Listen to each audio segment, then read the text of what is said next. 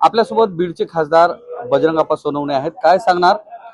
आपण मराठवाड्यामधून येता, मराठवाड्याची जर स्थिती पाहिली, पाऊस सुरू होऊन 1 महिना उलटलेला, अद्याप पाऊस पडत नाही. शेतकऱ्यांची वाईट अवस्था आहे. काय भावना आहे? हे बघा, अतिशय दुर्दैवी ही वेळ आपल्यावर शेतकऱ्यावर आलेली आहे. दर 2 वर्षाला या संकटाला आमच्या शेतकऱ्यांना बीड जिल्हा मराठवाड्याचा जावं लागतं. त्याचे कारण असे की जराही पाऊस कमी झाला, सरासरीच्या आत आल्यावर तर मेलेच. ही परिस्थिती म्हणजे या विषयाची प्रत्येक वेळेस आपल्यावर अन्याय होतो. म्हणजे पावसाचा अन्याय म्हणून आहे, शासनानं सुद्धा आम्हाला आमच्या हक्काचं पाणी मिळत नाही, आमचं पाणी वेळेवर सोडलं जात नाही किंवा पाणी साठे ठेवले जात नाहीत, अशा बऱ्याच घटना आहेत. तर याच्यावर मला वाटतं की शासन मायबापनी एकच काम करावा की आमच्या मराठवाड्याला जे तुमचं समुद्राला पाणी जातं, इकडे नाशिकमधून जात असेल, कोकणातून जात असेल, ते पाणी आमच्या मराठवाड्याला द्यावा. म्हणजे वॉटर ग्रेड जी करायचं म्हणून जी घोषणा केली मुख्यमंत्र्यांनी 15 वर्षापूर्वी, ती आचारला अंमलबजावणीत आणा यार, एकदा तरी आली तर मग आम्हाला परमनंट सोल्युशन होईल. मात्र या वॉटर ग्रीड प्रोजेक्ट संदर्भात तत्कालीन मुख्यमंत्री एकनाथ शिंदे यांनी सुद्धा छत्रपती संभाजीनगर या ठिकाणी बैठक घेतली होती. आताचे मुख्यमंत्री यांनी सुद्धा बैठक घेतली. 4,500 कोटीची जी तरतूद करण्यात आली, मात्र त्याच्यावर इम्प्लिमेंटेशन नाही झालं. 4,500 कोटीतले 4.5 रुपये तरी खर्चले का? तत्कालीन मुख्यमंत्री एकनाथरावजी शिंदे साहेब नाहीत, ज्यावेळेस 14 ते 19 मध्ये देवेंद्र भाऊ मुख्यमंत्री होते, त्यावेळेस त्यांनी घोषणा केलेली. आणि त्याच्यानंतर पुन्हा जलसंपदा खातं दुसऱ्या 22च्या मधला 2 वर्षाचा गॅप सोडता 22च्या मंत्रिमंडळात आदरणीय देवेंद्र भाऊकडे असणार, त्यावेळेस आणखी त्यांनी परत रिपीट व्हायच केलं आणि परत झालं काहीच नाही. खर्च नाही, पुढे काही डीपीआर झाला नाही, काय झालं नाही का, त्यांना ती पाणी इकडे आणायचं नाही, फक्त आशेवर जागा आम्ही आपला करून बसतो, तर पाणी तर येत नाही, अशी परिस्थिती आहे. मराठवाड्यातले जलसाठे ते कोरडे पडताना पाहायला मिळतात आणि सरकारने एकीकडे आदेश काढले, जर शेतकऱ्यांनी त्या जलसाठ्यासाठी मृत जलसाठ्यामधून जर पाणी घेतलं तर फौजदारी गुन्हे दाखल करा, असे थेट आदेश काढले आहेत. बघा, शासनाला काहीतरी गोष्टीचा पर्याय नाही.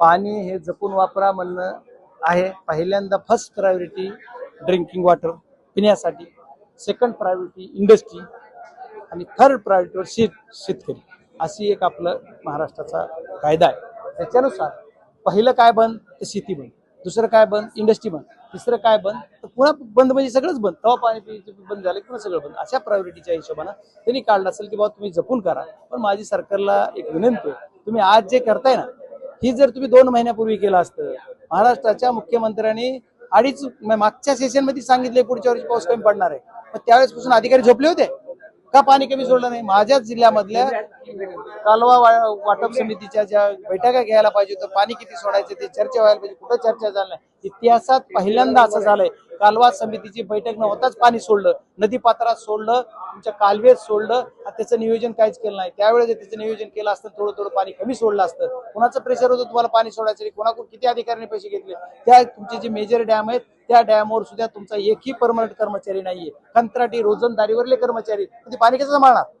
तर आज 2 दिवसापूर्वी बीड जिल्ह्यामध्ये एक घटना घडली, ज्याच्यामध्ये एका हॉटेल चालकाचा खून करण्यात आला. त्याच्यामध्ये आपल्या मुलाचं नाव घेण्यात येते. कसं पाहता या सगळ्या गोष्टी? दुर्दैवी घटना आहे. पहिल्यांदा ज्या आमच्या हॉटेल चालक आहे, त्या हॉटेल चालकाचा जे मर्डर झाला, त्याचा मृत्यू झाला, त्याची ही दुर्दैवी घटना. त्याच्या म्हणजे कुटुंबियाला न्याय मिळाला पाहिजे. जे गुन्हेगार आहेत त्याच्यावर कारवाई झालीच पाहिजे, जे गुन्हेगार आहेत. पण जे गुन्हेगार नसून त्यांना कोणी म्हणलं जातं, याच्यात राजकारण हीच कृतीचं कुणी करू नये, तुम्ही लोक भडकवायचं काम करू नये. पोलीस उघड्या डोळ्यानं बघतायत, पोलीस त्याच्यावर काय कारवाई करणार मला माहित नाही, आमच्यावर काय करणार. माझं एकच म्हणणं आहे बीड जिल्ह्यातल्या संबंध जनतेला की तुम्ही अशा पद्धतीचं कुठे काय करू नका.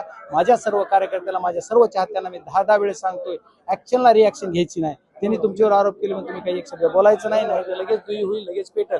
पण जर समजा मग एखादं गुन्हेगार आहे तर त्या गुन्हेगारावर हे झालं पाहिजे, आरोपपत्र झालं पाहिजे, त्याला सजा झाली पाहिजे. माझा मुलगा सगळा कार्यक्रम करीत तिथं फिरतोय, मी तो पण आहे. आम्ही जर दोषी असू तर आमच्यावर कारवाई करा, आमच्यावर केस करा, आम्हाला अटक करा, आम्हाला जे करायचं ते करा असं मी म्हणतो. आणि आम्ही नसू तर आमच्यावर विनाकारण जे आरोप करते त्यांच्यावर कारवाई झाली पाहिजे. बरं, बीड जिल्ह्यामध्ये वाढत्या ज्या गुन्हेगारीच्या घटना आहेत, अगोदर धनंजय देशमुख यांची हत्या करण्यात आली, त्याचा व्हिडिओ बनवण्यात आला आणि कालच्या तारखेमध्ये सुद्धा एका सरपंचाचा व्हिडिओ करून तो माध्यम म्हणजे सोशल मीडियावर व्हायरल करण्यात आला आणि त्याच्यामध्ये तुझा धनंजय देशमुख करू असं या पद्धतीच्या गुन्हेगारी घटना सतत वाढताना पाहायला मिळतात. बघा, मी आता यांनी शासनावर एक याच्यात सर्व लोकप्रतिनिधी एकत्रित बोलून एक मीटिंग बोलवली पाहिजे. सीएम साहेब गृहमंत्री आहेत म्हणून सीएम साहेबांनी त्यांना सर्व पक्षाचे, जरी समजा एखादा लोकप्रतिनिधी नसला एखाद्या पक्षाचा, सर्व पक्षीय जे की त्यांचा लोकप्रतिनिधी असेल नसेल, पण ते सर्व लोक सर्वांना एकत्रित बोलवलं पाहिजे आणि एकत्रित बोलून ह्याच्यावर काय करायचं ही एक मार्गदर्शन त्यांनी एक मिटिंग घेऊन मिटिंगमध्ये ठरलं पाहिजे आणि मिटिंगमध्ये ठरून त्याच्यावर परमनंट उपाय काय केला पाहिजे. जर मला तुम्ही विचाराल तर माझं म्हणणं आहे की पहिल्यांदा तुम्ही एक विशेष न्यायालय बिल्ड करा आणि हे जर असं काही गुंड प्रवृत्तीचे लोक असतात त्यांना फास्ट ट्रॅकवर सजा झाली पाहिजे. आणि ही गुंड प्रवृत्तीसाठी पोलिसनी सुद्धा थोडी चूक झाली. आजचा जी घटना तुम्ही मला विचारताय त्याच्यात जर आम्ही दोषी असलो तर आमच्यावर कारवाई झाली पाहिजे आणि आम्ही दोषी नसलो तर आमच्यावर आरोप करण्यावर कारवाई झाली पाहिजे. ऑपरेशन टायगरचा विषय हा गाजताना पाहायला मिळतो, तो सक्सेसफुल झाल्याचं बोललं जात आहे. आणि आता म्हणजे उभाटाचे खासदार फुटल्यानंतर आता राष्ट्रवादीचे खासदार या फुटीच्या मार्गावर असल्याचं सुद्धा चर्चा होताना पाहायला मिळते. काय वाटते आपण राष्ट्रवादी काँग्रेस शरद पवार पक्षाचे आपल्याला खासदार कोणी केली का चर्चा? नाही, माध्यमांवर व्हायला नाही, माध्यमावर मग तो माध्यमाच्याच लोकप्रतिनिधीला विचारतो मी तुम्हाला कोणी केला. आता आम्हाला तर कोणी केलं नाही, आम्हाला तर कोणी विचारलं नाही. आता चर्चा माध्यमातच कशी व्हायली मलाच कळा नाही. आता मला प्रत्येक जण त्याच्यात 10 जणांना उत्तर दिलंय. तर माझं म्हणणं आहे की मी कोण फुटले काय मिशन पूर्ण झालं मला त्याच्यावर बोलायचं नाहीये. तो माझा राईट नाहीये, ती माझा अधिकार नाहीये. मी त्यांच्यावर बिलकुल बोलणार नाहीये. विषय राहिला माझा आणि माझ्या पक्षावर तर ती मी बोलतो. माझ्या पक्षाचे 8 खासदार आम्ही सदस्य जी लोकसभेत आहोत त्याच्यातला एकही सदस्य कधी कुणी आम्हाला कुठेही सोडून फुटणार नाही. आम्ही एक संघ आहोत, एक संघच राहूत आणि एक संघच आहोत. बच्चू कडू कालच्या तारखेमध्ये म्हणतात की दोन्ही शिवसेना एकत्र होण्याची ही आताची वेळ आहे असं म्हणतात. तुम्हाला वाटत नाही का दोन्ही राष्ट्रवादी सुद्धा एकत्र व्हायला पाहिजे? काय म्हणतो मला काय वाटतंय त्यांना काय वाटतं त्याच्यावर काय होणार आहे का? मला वाटतंय आम्ही आता चंद्रावर राहायला जावा. कसं जायचं? त्याच्यामुळे त्याच्यावर काय ते वाटण्याला किंमत नाही.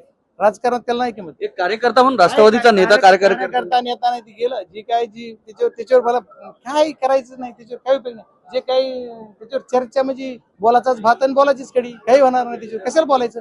तो माझा राईट नाही. मी बच्चू बोलत नाही. बच्चू भाऊचा अधिकार खूप ज्येष्ठ नेते सिनियर नेते त्यांच्यावर मी त्यांना बोलत नाही. मी माझं सांगतो. मला पुढचा प्रश्न विचारला सांगा नाही तर पुन्हा बच्चू भाऊच्या विरोधात बजरंग सोनवणे खासदार बोलले असं काही नको. हाती गरीब माणूस आहे राव.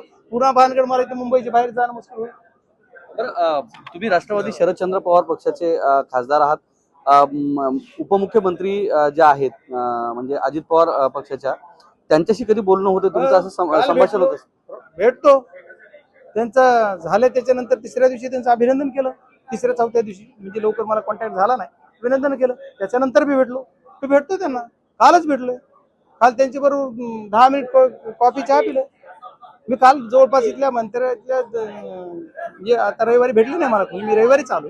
रविवारी मला कोणी भेटली रविवारी शनिवारपासून मी इकडे 4 दिवस झालं मुंबईतच आहे. पण मला काल भेटले त्याच्यावर मुख्यमंत्र्यांना भेटलोय. माझं तुम्ही ही बघा अकाउंट बघा मी पोस्ट केली भेटलो म्हणून.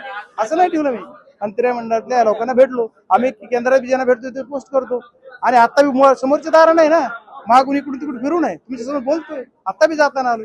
बरं, उद्धव सेनेचे जे 6 खासदार फुटले त्याच्यामध्ये त्यांनी असा आरोप केला की आम्हाला पक्ष निधी मिळत नव्हता त्यामुळे आम्ही बाहेर पडलो असं सांग. खरंच जे बाहेरचे म्हणजे जे महायुतीत नाही त्यांना निधी मिळत नाही का? हे बघा तुम्ही अगोदर पक्ष निधी म्हणला. निधीचा विषय जर विकास निधीवर बोलायचं झालं तर त्यांना काय वाटतंय त्यांचा काय अनुभव आहे मला त्याच्यावर बोलायचा अधिकार नाही. मी बोलणार नाही असं सांगितलं. पण विषय राहिला की आम्ही विरोधी पक्षाचे खासदार आहोत. विरोधी पक्षाचे खासदार अपेक्षा करायची आपल्याला निधी मिळणार नाही. माझं मत सांगायला मला त्यांच्यावर बोलायचं नाही. अपेक्षा करायची मात्र परंपराच आहे ना. आता ह्यांच्यावर बोलून काय ज्या विचारधारेत आम्ही त्या विचारधारेचं सरकार होतच ना मागं. पण एवढं की कम्पॅरेटिव्ह करा की त्या काळात कसं वागायचे विरोधकाला. विरोधी पक्ष नेतेपद मिळायचं 2, 5, 6 खासदारला सुद्धा. मला चांगलं वाटतंय बबनराव ढाकणे साहेब या सभागृहाचे विधान परिषदेचे विरोधी पक्ष नेते झालते एकदा. त्यांचे काही 5-6 खासदार होते विधानसभेचे आणि आता एवढे असताना मिळत नाही. त्याच्यावर मी कशाला भाषण मला राजकारणावर जायचं. जे खासदार आरोप करतात त्यांनी पक्षनिधी सुद्धा 0% खर्च केलाय. मग कसं पाहिजे या गोष्टीकडे? हे फक्त प्रवेश करण्यात. मी काय म्हणतो हे तुम्ही मला विचारण्यापेक्षा तुम्ही त्यांना विचारा ना. तुम्ही 0% खर्च केला नाही. मी कसं बोलणार आहे? मला त्यांचा किती केला ते बी माहित नाही. मी त्यांचं अनालिसिस माझ्याकडे नाही. त्यांना कशासाठी विकास निधी पाहिजे का मिळाला नाही ह्याचं माझ्याकडे काय नाही. ते माझे सगळे सहकारी आहेत. माझे सर्वजण मित्र आहेत. माझ्या महाविकास आघाडी ते घटक होते. आता ते आज नाहीत. काल आम्हाला अधिकृत ते नाहीत.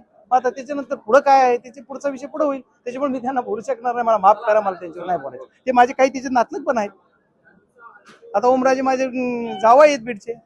मी कशामुळे कोणावर बोलू? तर नातं वेगळं राजकारण वेगळं परिस्थिती वेगळी. शेवटी नात्यागोत्याचं राजकारण समोर आलं असं म्हणता येईल. नाही कुठं आलं माझे नातलग आहेत म्हणलं. मी काय ह्याच्यात आहे का सेनेत नातेगोतीचे पुढे आला माझे नातलग आहेत म्हणलं. आता ते ना मानतात का नाही माहित, पण ते माझ्या नातलं घेत नाही. हे होते आपल्यासोबत बीडचे खासदार बजरंग सोनवणे, ज्यांनी राज्यातील ज्या राजकीय घडामोडी आहेत त्यावर भाष्य केलं.